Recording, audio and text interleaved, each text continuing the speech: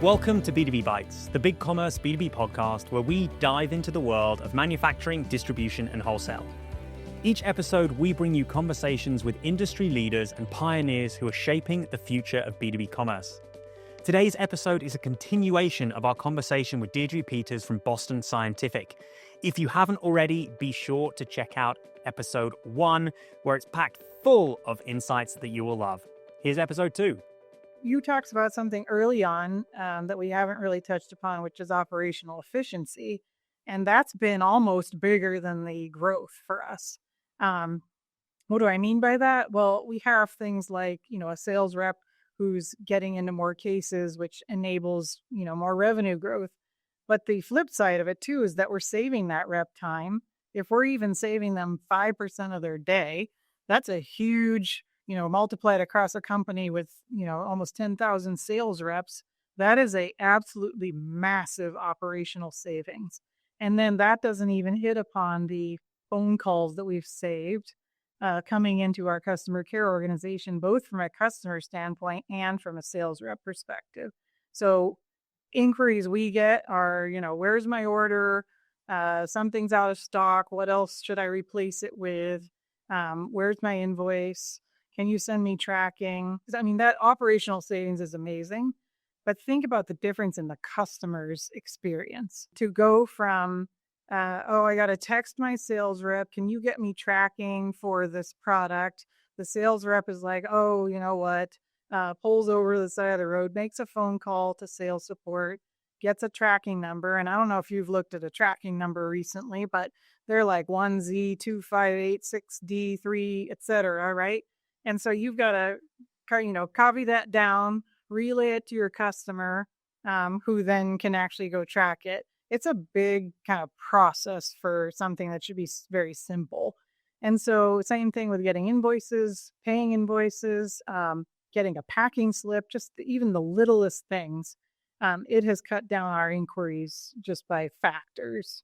As you thought about, you mentioned that you had built a model prior to kind of implementation. I'm curious, you mentioned a number of factors there, but what was in that model? How did you approach building it? I assume that was part of your business justification case, kind of here's what I think our ROI can be. Here are the biggest factors. What were the key factors there? How did you go about modeling them? And then we also, what was the surprises in the real data where actually you outperformed that or maybe underperformed where you thought you were going to drive incrementally the revenue or obviously operational efficiencies? Yeah. I came in from B2C so what I built out in 2019 was very B2C focused because I didn't know anything else, right? So I looked at kind of, average order value.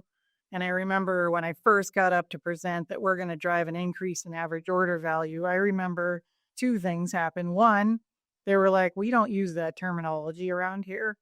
I'm like, well, we're going to start, I think. And then the other thing was they said, we're, like e-commerce operational efficiency, got it. But there was a lot of skepticism about whether there was actually going to be revenue growth. Like people are going to buy what they buy. This isn't shoes. This isn't a checkout line at TJ Maxx where you end up with a candle and socks and books and whatever else on your way out. Like it's not our business model. And, I couldn't argue with that. I hadn't been in medical device for more than a few months at the time. But there was a piece of me that thought to myself, yes, but, maybe it's hard to purchase. And so they end up going somewhere else. And so how can we save some of those sales? How can we take add-on products? Nobody's going to sit down and be like, wow, look at that stent. Let me buy one of those for my desk and spend $10,000 on a stent. I mean, that's not the way things work. But we do have some add-on products. We have suction tubing and things that many customers have reacted and said, wow, I didn't even know you sold that.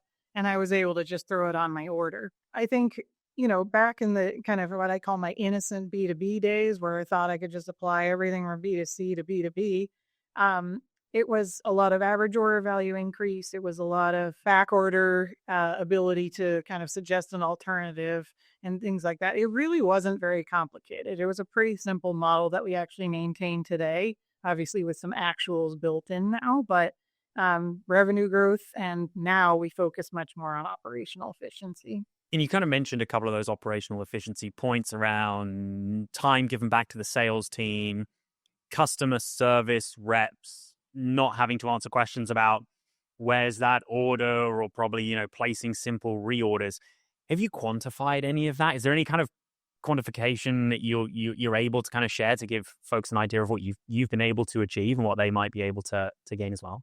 Yeah, we quantify. So at this point, just because you justified an original investment doesn't mean you always justify your ongoing investment. So every year, more often than that, but every year we're accountable to, what did your program drive? How much, is it going to take to maintain the program or grow the program if that's what the strategy is, which it very much is. As we look at where do we want to go with this, we've done an incredible amount of work in the US. We just recently launched into Canada and EMEA, and we're looking to expand to APAC and LATAM. So they'll kind of be like our global expansion.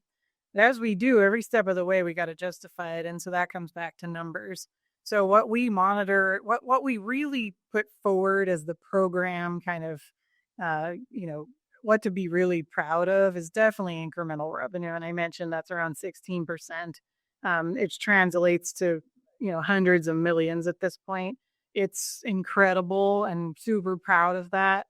But it is that operational efficiency that is just so impactful. So we've estimated roughly since we've launched e-commerce to the reps who have had it the longest, we've probably saved them a good 10 to 20% of their time each day. And so if you multiply that over again, out of how many reps we have, you're talking about a lot of money. And so we track that. And then calls, we have a cost to calls. They have a certain length to them. We have, of course, the time that the rep spends on the call or the time the customer spends on the call. But inside of our customer care organization, each one of those calls costs us money too.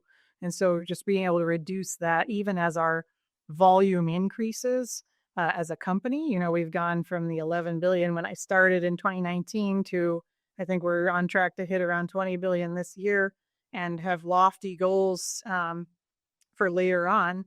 That stuff is very important because, we're not looking to reduce headcount anywhere, but we are looking to be more efficient and we are looking to be able to expand our growth without necessarily having to hire a whole bunch of other people. Yeah, I love that. This isn't a cost reduction or a headcount reduction play, sorry. It is a cost reallocation play. I am Yes. reallocating, and it's not necessarily into, different heads. They're the same heads. They are just now able to focus on revenue driving activities instead of activities that didn't add value to the business. And I I think think that's we're pretty at true. another, and I think that was one wave, but I think we're at a second wave with AI here now, which is how do we even further take that journey and reduce the load on the business, reduce the load on the rep, so that they can take on more growth and we can get to those lofty goals that our company has. And you kind of mentioned there kind of the cross sell and upsell, and you've seen that in kind of the incremental revenue. There's a big commerce customer, one of the largest manufacturers of construction materials, and I remember this story because it was just so it hit me so hard. I was like, they perfectly captured it. 60%, 70% of all of their orders come through EDI. I am sure you have a large number of EDI orders. We do. And they said those orders have been the same SKUs forever. The quantities change. That's it. And they said, we produced cement 1.0, but now we have cement 2.0. It is a better product and it also gives us higher margin, but it has benefits for the customer as well. Those EDI orders, they won't put the new SKU because they don't know about it. Our sales teams try. When we get them online, we can show them details about the new products. We can show them the ancillary products that we also sell, and we can get them put in the basket. I think you captured that so well. You think about it, you're selling, in most cases, some pretty complicated equipment, but you have products alongside it that you can cross-sell and upsell into, like tubing. And your buyers may not know you even have that. But if you can get online, you can show them those products. I think that's That's such a that's It's a often missed. visual experience, right? Yeah. And so the what you bring up around that, EDI, a good portion of our business goes through. It depends on the region, but it's high. It's well over 50%. When you do that, there are obviously solutions like Punch Out where you can kind of bring both worlds together. But if you can get them to that online experience, it's better for everybody. It's a better experience. They can do more of their shopping with you. They can, combine and save money themselves with certain contract obligations and purchasing power. There's a lot of benefit to everyone. And to your point, um, I don't know when the last time you've logged into an EDI system via procurement system is, but some of those are very antiquated, and that's another kind of industry, hurdle we run into is that in the healthcare industry, probably like a lot of other industries, it's going through digital transformation right now. But the reality is some of these systems haven't been updated in a very long time. So even if you were to provide the tip top EDI experience, you're at the mercy of their procurement system, what version they're on, right? And so what ends up happening, like you said, is someone comes in via EDI and they just punch in product codes because punch it in. I don't know, maybe the first time I hear that it's not in stock is when it doesn't show up, right? So there's definitely customer benefits to ordering through e-commerce as well, and that what we do see a lot of, not so much in the punch out space right now, but what we do see a lot of is this self-service concept that I kind of mentioned at the beginning, which is I'm going to use it for everything but ordering. So I'm still going to go punch my code into EDI, but I'm going to be much more educated about which code I'm doing, that it's in stock, that it's going to show up by the case that's scheduled Tuesday. So I have that confidence. And then I'm going to have the tracking number so that I have that confidence that that product will be there and I won't need to reschedule the patient. So it's a sales rep impact, it's a customer impact, and then it's an end patient impact. We've all been probably patients at some point getting procedures, and I think the worst thing would be the doctor calls you and says, "Hey, we can't do the procedure Tuesday because the product isn't here." That's not what anybody wants to hear. So, there's just a widespread impact that goes all the way down the chain and ultimately gets back to what we're trying to do as a company, which is positively impact the patient experience. Yeah, I think that's so true. Giving that visibility, it's a better experience. And even if it's just the order is still coming through EDI, and you kind of spoke about this at the beginning, but you're getting post-purchase flows, workflows that are now available online and are self-serve, that's a huge benefit. And your customers will be happier with that experience. Yeah. You mentioned it right at the beginning, we've barely spoken about it, technologies. How do you actually approach technology selection for digital transformation? You mentioned the platform that you'd pick, search that you'd pick, but how do you approach technology selection for what is such an important piece of the business and the digital transformation? Yeah.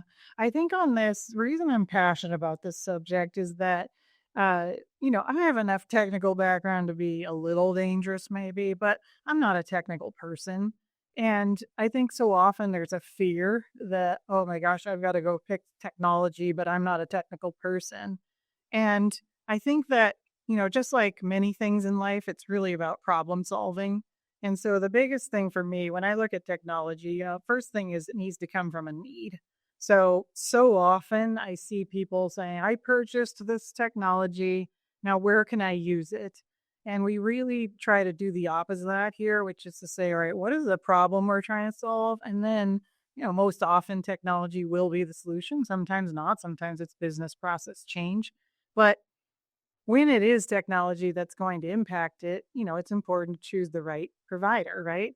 And so, how do you do that, especially if your technology or your technical knowledge is limited? The first one, of course, the obvious ones, right? Like, I mean, first thing anybody's going to go to Google and say, or Chat GPT and say, like, who's the best provider of what? So, yeah, of course, the traditional, do your own research is going to help. But there's a couple things that I think I approach a little differently. The first one, of course, you're going to look at the Gartners and the Foresters and whomever else is out there that kind of ranks systems, and you're going to start to put IDC together a and landscape. Paradigm. Yep, yep. We'll give Andy Hoare a And shout out. And there's probably others, but yeah, those are the big ones, right? So you're going to look at those, not only that, you're going to look at those and you're going to probably put a decent amount of weight behind them, right? Because they have experts who this is what they do. But ultimately, the solution you provide has to fit your business and your business model. And so, even in the vast world of B2B, just because it worked for one B2B provider doesn't mean it's going to work for you.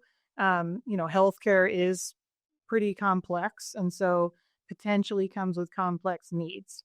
But I'm going to contradict myself because I think it's important for people to realize that while B2B is different, while healthcare might be different from, let's say, manufacturer, you mentioned cement or screws or whatever it may be. The biggest thing I think is important is to recognize that there's 80% that is common and maybe 20% that's different. And so as you look at technology partners, I think you want to be looking for things like what is the ease of use for the end customer? How, not how easy is it to customize this? Like that should be the back burner, as, should be like what's out of the box. And of what is out of the box, is that going to meet, that 80% need that my customers have? And so I don't think you need a ton of technical background. I think you just need to know the right people on the IT team who can help you vet it, right? But also, I do think strategic partnership through maybe an agency or an implementation partner is extremely important. So if I had to back up and kind of summarize, I think, yes, you do your research. Yes, you look at the Gartners and the IDCs of the world, but you're also going to use that lack of technical knowledge to your advantage and look at things in a very simple way. Is it going to meet the user experience needs? Is that what they prioritize? Or is it going to turn into a feature factory for us down the road? So that's how it kind of at the very simplest level that I think technology research needs to happen. Now, to give you a quick example, I mentioned search providers. So we use Coveo as a search provider, and I had never heard of Coveo.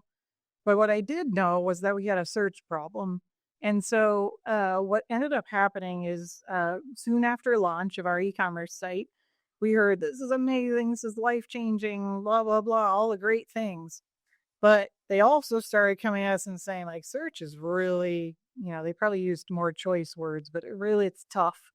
And one example was we make, let's say we make 100 stents across the company. When you searched stent, it brought up at least 1,200 results. And so you knew there was a problem. And so this problem started to cost us in a couple ways. The people who were searching overall started to go down because you got a B2B repeat buyer who's trained on your site and says, wow, this experience is not ideal, so I'm just going to not use that anymore. And then also our conversion rate for search, which should be higher for searchers, was actually lower and declining. So we knew we had a problem. Now, how to fix it was the question. Now we could tackle it as try to do it in-house, but again, probably not our expertise. Not probably better to go after a purpose-built solution. So what we did is we started looking at search providers. And I'm not saying this is the only way to do things, but what I did was I looked into the ones I knew about. But again, I'd never heard of Coveo. And what I would ask people is, at these companies, I'd say, what sets you apart? And so they'd give various reasons. And what ended up happening was they always said, we do this, but we don't do that. But you may hear that they do this well, but we do this better. And so common language amongst them all was this one company. And so we started looking into them. And then comes the next wave, which is to figure out, I guess pun intended, what the Foresters, the IDCs, the Gartners say about all these platforms. And then you can't just take it, who's the farthest up in the quadrant, but you got to look at your business and say what's going to meet our needs. And then there's one last kind of secret formula that I use, which is the team you work with. And so very much like you, who's kind of, platform agnostic, just trying to drive the industry forward and do better by our customers. I look for that in a partner. I look for that in a company that, the people are happy there. They are excited about the work they do and are excited to help you solve your problems. And to me, that makes the world of difference. So there's a little bit technology, selection, and there's also a lot of, I maybe you want to call it people selection, but finding the right partner for you is more critical than you would think. This is a people business. B2B is a people business, and you want to find the right people. And Coveo is a great technology and a big commerce partner. So, as we sort of come to the end of our discussion here, everyone's nervous about where the industry is going. AI is changing everything. It feels like and seems. You've mentioned ChatGPT at least 2 to 3, 4 times in this conversation already.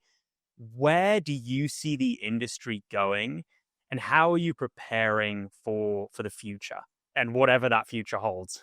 Well, the truth is that, and I would say that none of us know where we're going entirely. Like we're in an unprecedented time where it's changing faster than, you can keep up with.